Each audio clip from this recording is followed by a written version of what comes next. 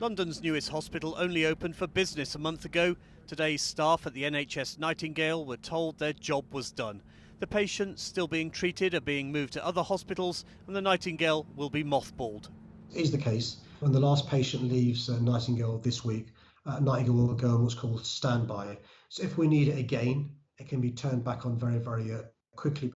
It took just 9 days to set up the hospital inside the cavernous XL Exhibition Centre in London's Docklands.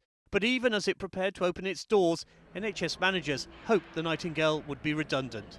What we really want is for the people of London to not need this facility by staying at home, by washing their hands and social distancing. The original plan was for 2 wards, each with 2,000 beds. Patients would only be admitted if their illness was so advanced they were on ventilators and unconscious. The Nightingale was created not just to save lives, but crucially to stop other hospitals in London from being overwhelmed. But in the end, the rows of ventilators and beds simply weren't needed, and this giant intensive care unit admitted far fewer patients than expected. In a message to staff, Professor Charles Knight, the Chief Executive, said, "Thanks to the determination and sacrifice of Londoners in following the expert advice to stay home and save lives, we have not had to expand the Nightingale's capacity beyond the first ward." I think it's a great thing that the Nightingale has been built in order to try and accommodate the worst case scenario, but thankfully we haven't seen worst case scenario and we've been able to manage and deal with response within the NHS itself.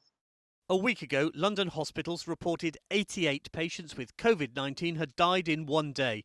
Today, it was half that, 24 deaths, bringing the total number to 5,178 since the start of the outbreak. And London now has fewer hospital patients with the disease than the northwest of England. There are steady but absolutely consistent declines occurring. Possibly in a small number of areas, the trend is somewhat flat, but overall there are now steady declines in the number of people in hospital. This is good news. The decision to close the Nightingale is one more positive indicator that the impact of this deadly outbreak is beginning to weaken. Simon Harris, ITV News.